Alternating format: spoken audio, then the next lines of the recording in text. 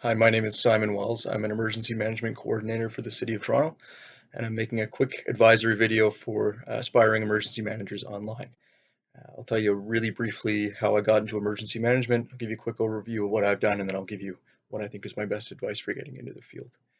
I spent a number of years in the Canadian Army, and despite my best efforts, I actually didn't get to deploy to Afghanistan. So one day I Googled something to the effect of things you can do in Canada that are like the Army or something like that, and I found emergency management, and I started reading on it, and I became really interested, and I started searching out jobs, and I applied for a lot of jobs, and I finally got one with the Canadian federal government in Public Safety Canada, which is equivalent to FEMA, and spent a couple years there and held another role, and then I landed at the City of Toronto just in time for the COVID-19 pandemic.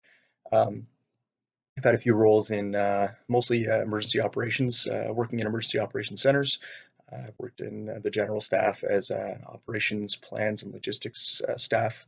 I've held leadership positions there, and I like to think I've had some impact on emergency responses, big and small, and I've got a few of them under my belt now.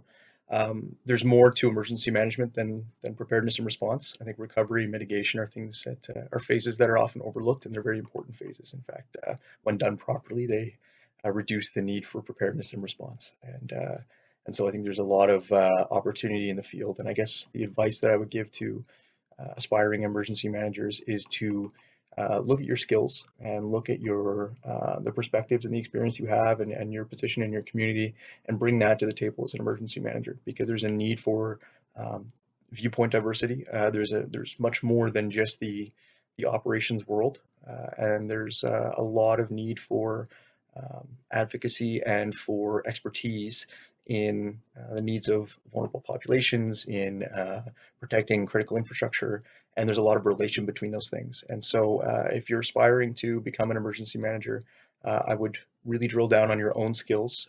Don't despair. You don't need to have a master's in emergency management to get into the field.